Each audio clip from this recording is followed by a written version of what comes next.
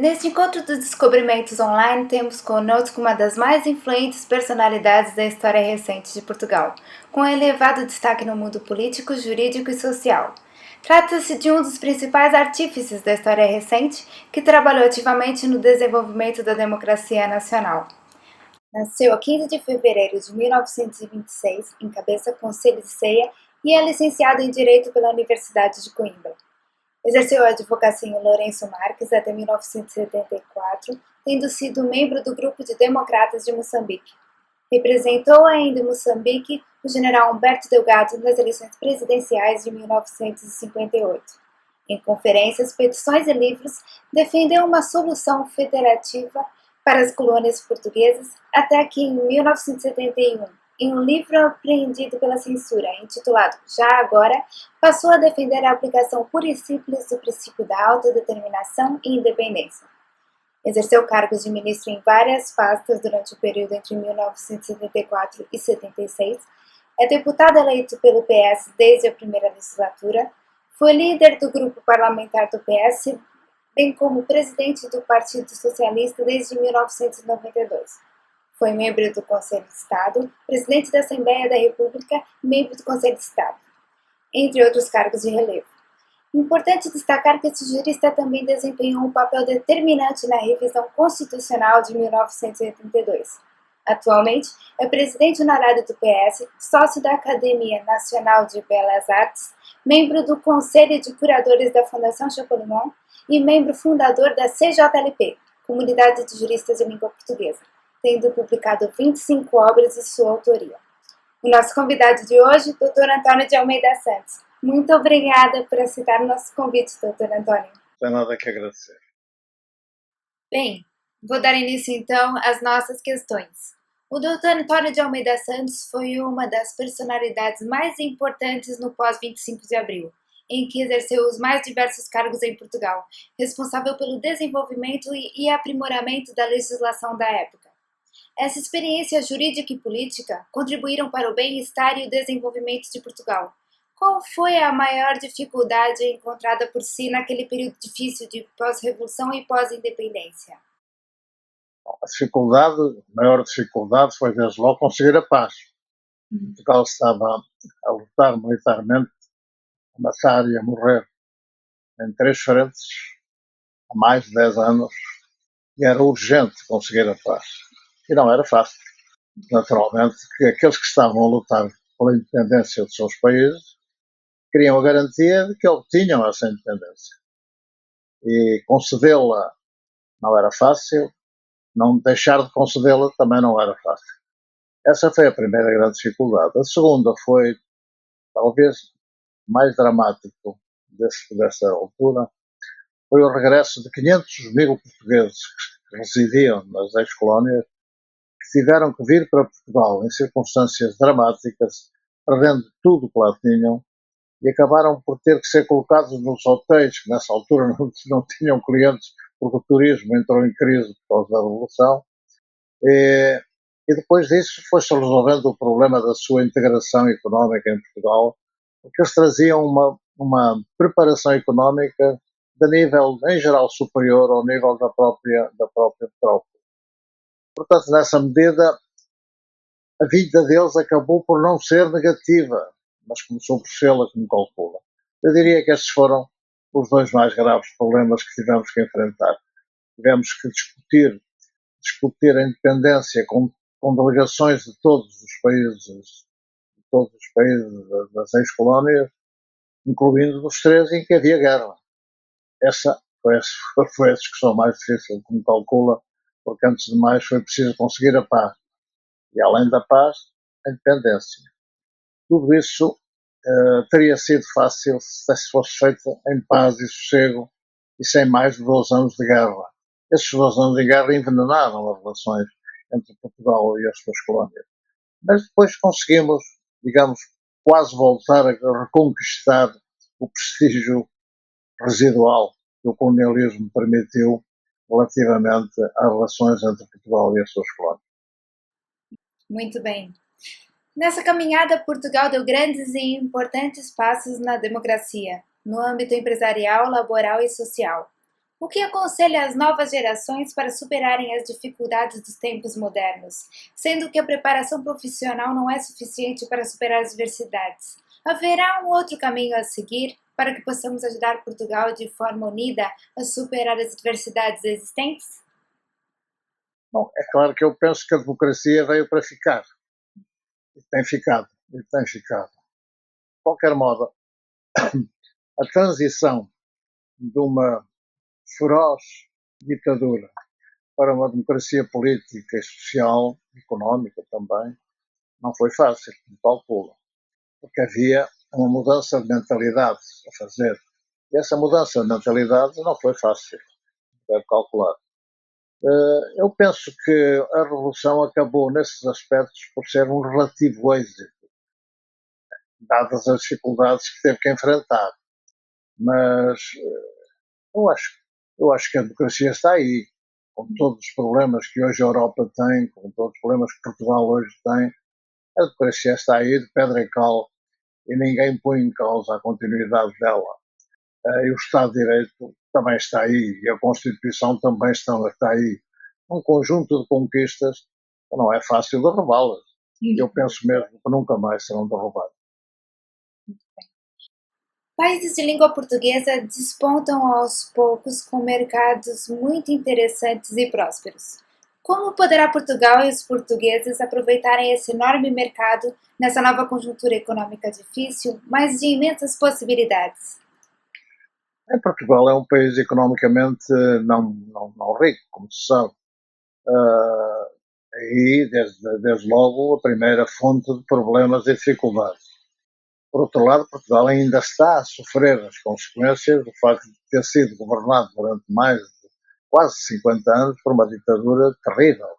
Uma ditadura que negou todos os direitos aos portugueses e que impôs as maiores limitações à sua felicidade. De qualquer modo, eu penso que a conquista da democracia e a conquista do Estado de Direito está consumada.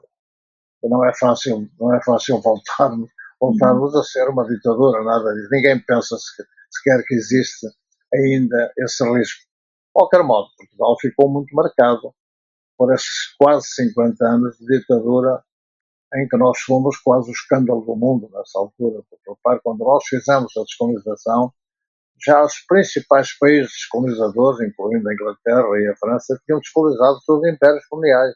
Nós ficámos para o fim, porque o Salazar, e depois dele, o Marcelo Caetano, tinham a ideia de que o colonialismo português era eterno. Salazar dizia, teve até uma frase curiosa, isso era coisa para 400 anos. Claro, não foi para 400 anos, foi para mais 5 ou 6 depois da morte dele. Mas era de facto um país marcado por uma ditadura terrível. E também o reflexo dessa ditadura nas mentalidades produziu portugueses que não eram exemplares em muitos aspectos. Foi preciso revogar os defeitos da mentalidade portuguesa e criar nela as virtudes da democracia e do Estado de Direito. Não foi fácil. Mas, de qualquer modo, acho que foi um sucesso. Os militares perceberam que não podiam continuar no poder durante muito tempo. De facto, ao fim de 2, 3 anos, Portugal era um Estado de Direito já sem poder militar nenhum.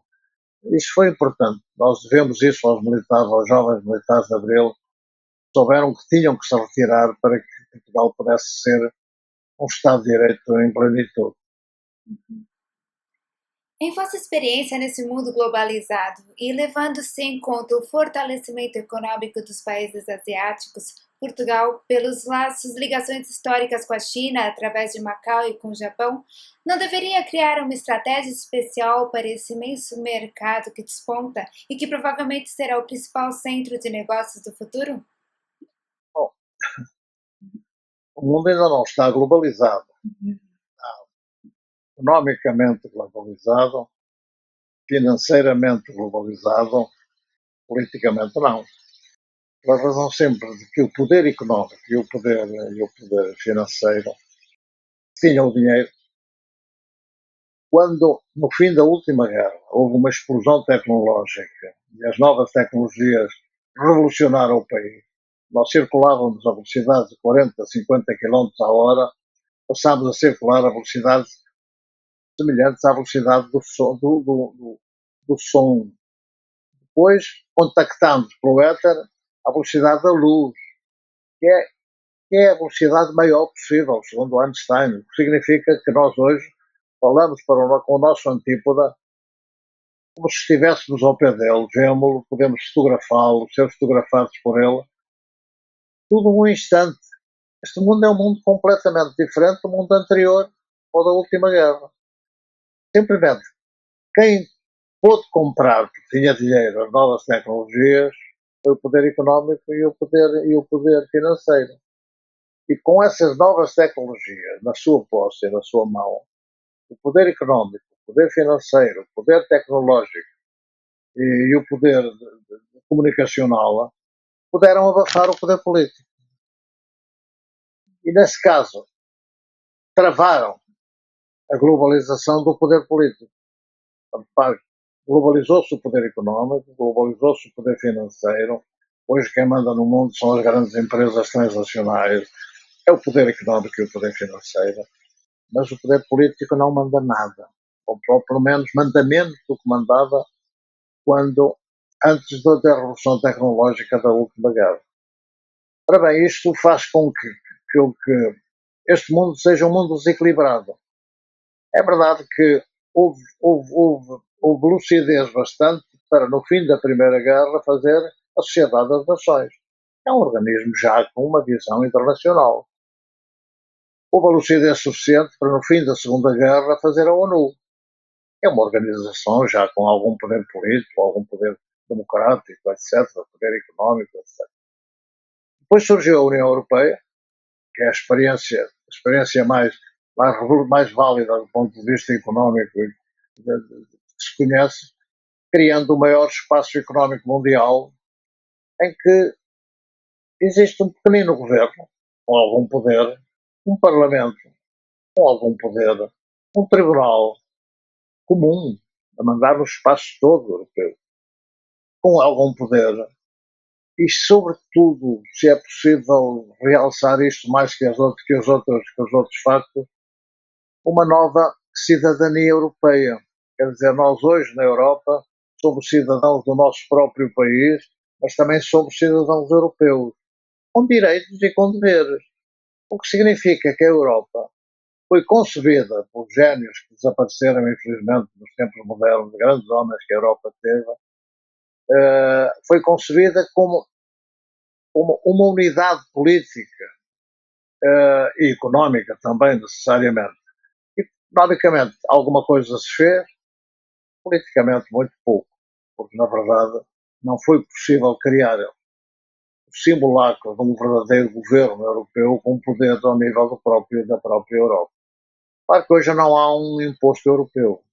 Como é que nós queremos resolver os problemas globais da Europa e como é que queremos resolver os problemas do mundo sem um problema, sem um imposto europeu e sem um imposto mundial? Nós precisávamos de impostos mundiais para resolver os problemas ecológicos. Claro que cada vez que há uma conferência mundial para resolver os problemas ecológicos, as grandes empresas transnacionais defendem os seus interesses e não deixam de tomar medidas. E o mundo está a andar para trás, com grande risco. Quer dizer, estão-se a coletizar problemas que era preciso combater. Mas eles não são combatidos, são coletivizados em plena liberdade. Em plena liberdade. A exploração é livre, as injustiças sociais são livres.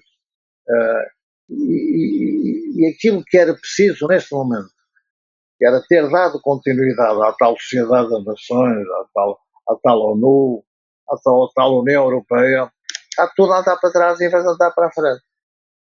É claro que acabará por andar para a frente, provavelmente já fora de prazo e fora de tempo, e sem as consequências positivas que poderia ter se as coisas fossem feitas a tempo.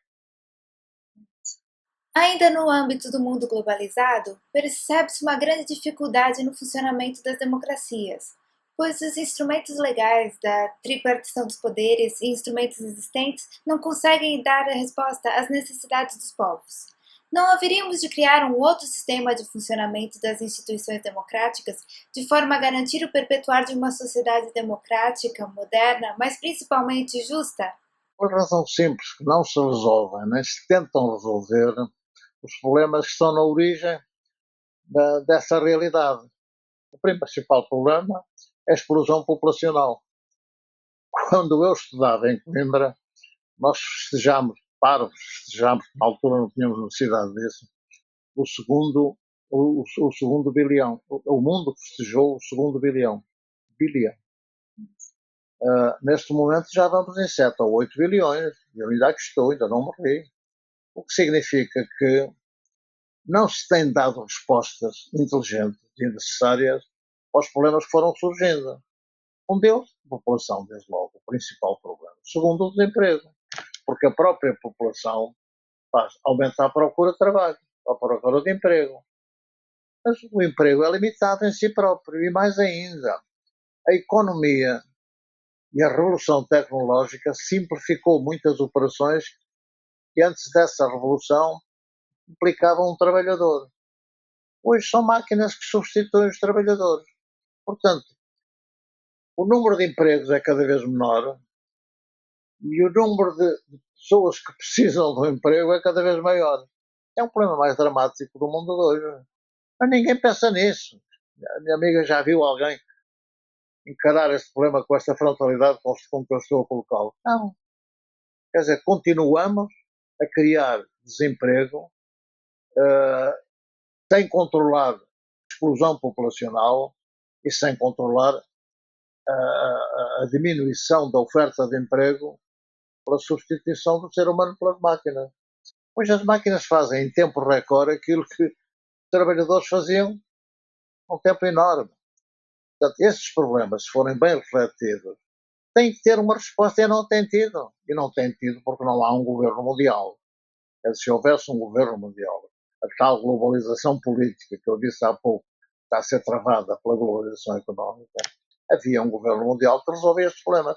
Havia impostos mundiais para resolver o problema da ecologia. A ecologia só pode ser resolvida com impostos. Mas as empresas transacionais não querem mais impostos, querem é mais lucro. E como só querem lucros e não querem impostos, os problemas ecológicos continuam sem resposta. E mais ainda, repare, há uma globalização que se está a fazer. Porque o ser humano, hoje, está a ficar cada vez mais igual. Já reparou que recebemos as mesmas notícias à mesma hora de todo o mundo. Uh, lemos os mesmos livros em tradução. Vemos os mesmos filmes com as legendas também em tradução. Visitamos os mesmos paraísos turísticos. O turismo desenvolveu-se. Terceiro, procuramos emprego em todos os mercados. Comemos os mesmos petiscos. Estamos a comer a mesma comida. Estamos a ficar todos iguais. Essa é a verdadeira e mais perigosa globalização. Porque quando formos todos iguais, as instituições políticas e económicas não podem ser as mesmas hoje, como é evidente. Não podem. Estes raciocínios não são feitos pelos políticos normais. Minha amiga não vê isto discutido nos jornais de hoje. Mas era preciso que fosse. Eu tenho chamado a atenção para isso. Nos 30 livros que publiquei, disse que eram 25, mas foram 30 até hoje, já foram 30. Vou publicar mais alguns enquanto tiver liberdade e competência de saúde e poder continuar a escrever o que quero fazer. Eu sempre escrevi muito. Primeiro como advogado com muito que fazer, e os advogados escrevem muito, no calculo. Depois, como membro da líder, digamos, como líder de facto, talvez, mas líder do grupo dos democratas de Moçambique, que combatia a ditadura do Salazar e depois do Caetano, e que escrevia papéis, e que apresentava candidatura. Eu candidatei-me 2 vezes à Assembleia Nacional pela oposição, com outros camaradas, com outros candidatados, é óbvio. Mas publicávamos papéis que circulavam. Esses papéis esses papéis tiveram uma difusão superior a se não fossem proibidos. Não proibidos, se calhar meia dúzia de pessoas liam os papéis. Mas como eram proibidos, toda a gente queria lê-los. Felizmente as ditaduras não são inteligentes, porque se fosse então estávamos perdidos. Quer dizer, além de mais, não são inteligentes. Mas esses papéis, que há muitos, infelizmente não os tenho todos, mas tenho os principais. Esses papéis que eu escrevi, fui sempre o redator desses papéis, que eram assinados por 100, 200 pessoas, às vezes por menos, consoante a responsabilidade que implicava assinar um papel daquele. Nessa altura diminuía o número de assinaturas. Mas houve uma vez que só 4 é que assinaram o papel. Veja como ele era. Então, o que é que fez a PIDE? Prendeu 2, que eram 2 comerciantes da cidade da Beira, e não prendeu 2 advogados, que era eu e o Dr. Soares de Melo. O que é que eu e o Dr. Soares de Melo fizemos? Escrevemos uma carta à PIDE dizer assim, não, estamos de acordo. Ou você nos prende a nós também, ou soltam os 2 que prendeu. E eles soltaram os 2 que prenderam e não nos prenderam. Em África, a prisão era para pretos, não era para brancos. Muito rara a prisão de um branco. A minha prisão, por exemplo, eu nunca fui preso. Quer dizer, seria normalmente 20 vezes preso por cada papel que subscrevi ou cada livro que publiquei. Nunca fui. Mas os livros eram proibidos. A punição era proibir os livros e proibir os papéis. Agora, não era uma vida terrível, terrível, porque havia injustiças sociais. A maneira injusta como eram tratados os africanos era uma coisa terrível. Às tantas eu escrevi, nós assinávamos, um texto a protestar contra o Estatuto do Indigenato. O Estatuto do Indigenato era a lei para regular os direitos dos africanos. Os africanos que não sabiam ler, que eram quase todos. Pedro, eu não quero saber o que é que nós dissemos nesse papel. Mas depois, nessa altura, o ministro do Ultramar era o Dr. Adriano Moreira. Tinha sido nomeado ministro do Ultramar e ele proibiu o Estatuto do Indigenato. Revogou. Quer dizer, ainda conseguimos de vez em quando alguma coisa de positivo, mas muito raro, muito raro. Uma vida terrível. Foi uma experiência que eu não nego, mas é muito dura para todos nós. Mas a minha amiga vai fazer as suas perguntas. Faça-me favor. Com certeza. Bem, dentro da vossa vasta experiência, já até partilhou conosco alguns episódios, não é? Mas eu vou pedir que discorra de mais algum fato interessante nessa vossa caminhada. Mais algum fato interessante? Sim, algum fato interessante que queira partilhar conosco. Interessante pela negativa. Não sei, pode ser. Na altura, quando se vive em ditadura, é tudo negativo. Pois, não. Mas interessante como é que dessa minha caminhada até hoje. Sim. Interessante foi sobretudo o pós-25 de Abril. A libertação do país e das colónias depois de 25 de Abril foi um facto com um significado excepcional. Nasceu uma alma nova aos portugueses, mas também implicou muito sofrimento. Os 500 mil residentes no ultramar que vieram para Portugal sem nada, porque perderam tudo o que lá tinham. Eu próprio, como advogado, tinha lá um património que me calcula. Não trouxe nada, mas porque eu não quis trazer.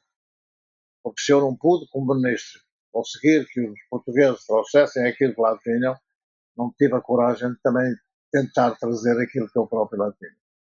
Tinha cá as minhas reservas, delas vivi e passei a viver, mas tinha lá um património muito significativo que está tudo ainda registado em meu nome. Prédios, terrenos, cotas em sociedade, automóveis, está lá tudo em meu nome, nas conservatórias de registro. Não trouxe nada. Mas porque eu não quis, porque eu, como era ministro, podia ter trazido. O próprio Machel, de quem eu fui advogado quando ele era enfermeiro do hospital. Depois ele transformou-se num herói e passámos a ser grandes amigos. Mas o Machel perguntou, então toda a gente pede o que cá tem, porque é que tu não pedes? E tal. E isso não posso pedir, porque eu não pude garantir, sendo ministro, não pude garantir aos meus concidadãos a transferência do que cá tinha. Portanto, a única atitude que eu tive que tomar era não pedir. Não pedi, ainda está tudo lá em meu nome. Ainda está tudo lá em meu nome. Das conservatórias, agora nunca mais foi meu. Nunca mais foi meu. Não, mas eu até devo dizer uma coisa, eu gostei muito da experiência de viver em Moçambique. Porque a vida em África tinha o seu encanto. É o seu encanto. Até pela negativa, porque a negativa dava-nos a possibilidade de uma política libertária, tentar libertar aquela gente, tentar mudar a vida daquela gente através de candidaturas que eram anuladas, através de papéis que eram proibidos, mas que eram assinados. Tudo aquilo dava-nos uma sensação de coragem. Não era grande coragem, mas era alguma coragem. Até porque corríamos risco. Podíamos ter sido presos. Não fomos, porque era a política deles. Cuidadosamente, o Salazar, eu nunca quis conhecer o Salazar, porque em Coimbra fui dos organismos académicos, do Orfeão, da Tuna, também do desporto, que iam lá cumprimentá-lo quando saíamos para qualquer lado ou havia qualquer lado. Eu recusei-me sempre a cumprimentá-lo. Nunca o cumprimentei, nunca o conheci pessoalmente. Mas ele tinha por mim alguma, não direi consideração. Ele achava que eu escrevia menos mal. E como ele também escrevia bem, ele escrevia muito bem, era a única virtude que eu não reconhecia, era o português, que ele escrevia um português bastante perfeito. O resto era tudo negativo. Mas quando eu fui à África com o Orfeão, eu fiz uma viagem no meu quinto ano do liceu, do liceu do quinto ano da universidade, quarto para o quinto, fui à África integrado no Orfeão Académico, um grande Orfeão, sem cantor. Eu era o orador do Orfeão, além de tocar guitarra, de cantar e escrevi um livro de 300 páginas, foi o meu primeiro livro, 300 páginas, sobre essa viagem. O Orfeão queria que eu dedicasse ao Salazar o livro para quando lhe oferecessem. Eu disse, eu dedicar, nada. E lá apareceu o livro no Salazar com uma dedicatória da direção do Orfeão, não minha. O que é que fez o Salazar? Escreveu-me uma carta para a minha república, eu vivia numa república académica, é um estudante de Direito, António de Almeida Santos, e então dizia assim, recebi com gentil dedicatória da direção do Orfeão, não deixou passar, o seu livro, Coimbra em África, sempre muito bem escrito, papapá, papapá, e embora não possa concordar com tudo o que nele diz, eu já fazia críticas ao regime colonial, também não pude deixar de registrar algum ajuste das alusões, como por exemplo esta, tem mais esta, com os cumprimentos, então eu não respondi, não respondi, eu nunca contactei com ele. Mas ele tinha um médico, tinha um médico, que era meu amigo, era um analista, e falava com ele sobre mim, falava com ele sobre mim. Era um médico, o Manuel Lazaré, meu grande amigo, meu grande amigo. E o Manuel Lazaré dizia que ele tinha alguma, algum apreço por mim. Claro, mandava proibir todos os meus livros, todos os meus textos. Também me proibiu de ir ao estrangeiro. Isso irritou-me imenso, porque eu comecei por não ir ao estrangeiro porque não tinha dinheiro. Depois não fui ao estrangeiro porque não tinha tempo. Era um advogado de montação de gado, não tinha tempo. E por fim, quando tinha tempo e dinheiro, não tinha autorização. Aquilo irritou-me imenso. Irritou-me. Mas, mas nunca me prendeu, curiosamente. Quando eu lhe fiz a vida negra, bastante negra. Porque depois eu defendi o delegado. Quando o delegado se candidatou à presidência da República, passou-me uma procuração e eu representei-o lá em Moçambique. E posso dizer que ganhámos as eleições, porque onde pudemos contar os votos, muitas vezes ganhámos. Até no quartel de Bolonha ganhámos por um voto, que era um quartel de militares só. Portanto, ele ganhou. Agora, no resto, eles deram o resultado que quiseram, como é óbvio. Portanto, o Salazar, talvez porque achasse que eu não escrevia mal, tinha alguma consideração por mim. O que não me agrada nada, como calculo, nem me valoriza nada. É preciso que ninguém saiba disto. Eu estou a fazer esta relação e não devia fazê-la. Mas, enfim. Então, que mais? Diga lá, minha amiga.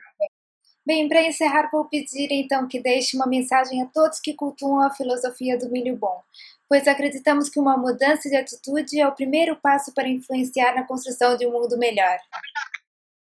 Essa ideia do milho bom é muito simpática, é muito engraçada. E é muito cheia de verdade. É muito cheia de verdade. Se nós encararmos o nosso semelhante como um concorrente, dissermos assim, eu não dou a semente a boa semente àquele, porque assim eu vendo mais facilmente o meu milho. Mas a verdade é esta, é que se eu lhe der a semente boa, tenho a certeza de que a semente não se deteriora e, portanto, a qualidade do milho em geral é difundida e todo o milho passa a ser bom. Ora, isso é um princípio muito salutar. Eu acho a história muito, muito interessante, muitíssimo interessante e muito significativa. É muito significativo. Acontece o seguinte, que o egoísmo é um sentimento muito generalizado no ser humano. Quer dizer, se o ser humano, em vez de ser tão egoísta como é, fosse mais solidário, mas a solidariedade normalmente impede que aqueles que têm o problema possam resolvê-los pela violência e, e pelo egoísmo. E por isso mesmo o mundo está muito torto e muito errado, exatamente porque onde há egoísmo devia haver solidariedade. Devia haver o milho bom só e não o milho mau. Com certeza.